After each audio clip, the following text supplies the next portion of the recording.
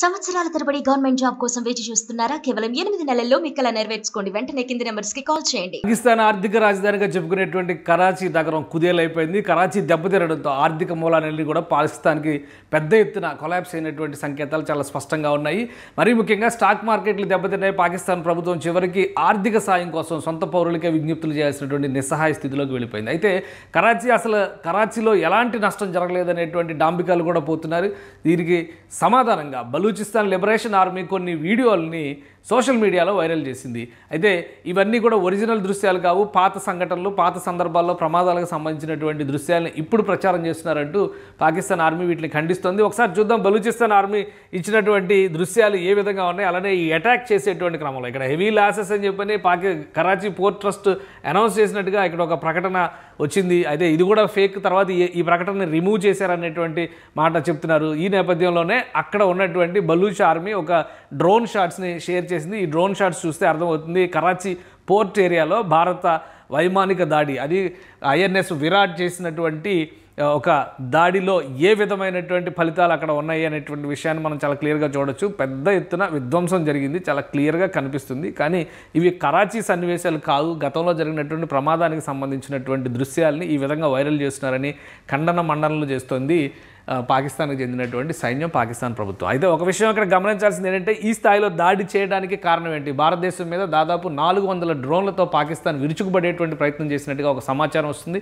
ఈ డ్రోన్లన్నింటినీ అందించేటువంటి క్రమంలో మిత్రపక్షాలుగా పాకిస్తాన్కి సన్నిహితంగా ఉంటున్నటువంటి టర్కీ, అజర్బైజాన్ నుంచి ఇవి వచ్చి చేరినట్టుగా తెలుస్తుంది. వీటికి సంబంధించి మరొక అంశం కూడా వెలుగు చూసింది. ఒక విమానం నిన్న కార్గో విమానం, టర్కీకి చెందినటువంటి కార్గో విమానం THY 6017, ఇది టర్కీ కార్గో విమానం కరాచీలో ల్యాండ్ అయింది.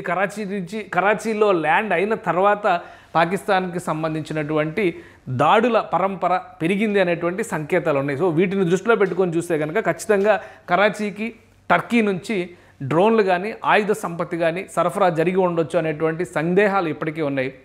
కానీ ఒకేసారి 300-400 డ్రోన్లతో పాకిస్తాన్ దాడి చేసినప్పటికీ భారత సైన్యం దాన్ని ధైర్యంగా తిప్పికొట్టింది. అనేక డ్రోన్లని అలానే మిసైల్స్ను కూడా భారత గడ్డని తాకకుండా గాల్లోనే చిదిమేసినటువంటి పరిస్థితి, చిదిమేసినంత సమర్థత భారత సైన్యం ప్రదర్శించింది. సో తాజాగా ఉన్నటువంటి పరిస్థితులు, పాకిస్తాన్ చెబుతున్నటువంటి కథలు ఇవన్నీ ఎలా ఉన్నా కానీ కరాచీ డౌన్ అనేటువంటిది క్లియర్గా కనిపిస్తున్నటువంటి సంకేతం. ఎందుకంటే కరాచీకి సంబంధించినటువంటి ప్రజెంట్ దృశ్యాలని ఎక్కడా కూడా పాకిస్తాన్ అఫీషియల్ పోర్టల్స్లో కానీ అఫీషియల్ విషయాల్లో కానీ ఎక్కడా షేర్ చేయలేదు. అదేవిధంగా సైన్యానికి సంబంధించినటువంటి సమాచారం విషయంలో సీక్రసీ అని చెబుతూ భారతదేశానికి సంబంధించినటువంటి సైనిక వెబ్సైట్లను హ్యాక్ చేసేటువంటి ప్రయత్నం పాకిస్తాన్ చేస్తున్నట్టుగా సమాచారం వస్తుంది. సో ఇది ఒక చాలా సీరియస్ అఫెన్స్ కింద భారత ఆర్మీ కూడా కన్సిడర్ చేస్తుంది. మొత్తం మీద కొలాప్స్ అయినటువంటి కరాచీని చూసిన తర్వాత పాకిస్తాన్ ధైర్యం కానీ ఆత్మవిశ్వాసం కానీ కకావికలం అయిపోయినట్టుగా మనం భావించవచ్చు. 400 డ్రోన్లుతో అటాక్ చేసినప్పటికీ భారత మట్టిని కూడా కనీసం ముట్టుకోలేనటువంటి స్థితిలోకి వెళ్ళిపోయింది పాకిస్తాన్. ఇది ఒక పెద్ద నిర్వేదమైనటువంటి అంశంగా పాకిస్తాన్ ఆర్మీకి సంబంధించి కనిపిస్తుంది. అందుకనే కరాచీ విషయంలో పైగా మన దేశానికి ముంబై నగరం ఎలాగో కరాచీ కూడా అక్కడ ఆర్థిక రాజధాని అనేటువంటి ప్రత్యేకమైన గుర్తింపు ఉంది. అలాంటి కరాచీ, లాహోర్, ఇస్లామాబాద్, రావల్పిండి, ముల్తాన్ ఇలా నగరాలన్నిటిపైన కీలకమైనటువంటి సైనిక స్థావరాలపైన భారత్ చావు దెబ్బ కొట్టడంతో తేరుకోలేని స్థితిలో ఉంది.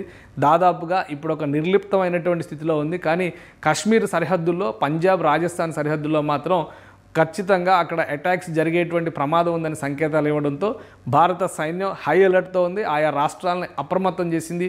కరాచీ మాత్రం ప్రస్తుతం తీవ్రమైనటువంటి నష్టంలో కూరుకుపోయిన సంకేతాలు చాలా స్పష్టంగా కనిపిస్తున్నాయి. సుమన్ టీవీలో మీ పర్సనల్ అండ్ బిజినెస్ ప్రమోషన్స్ కోసం కింది నెంబర్కి కాంటాక్ట్ చేయండి.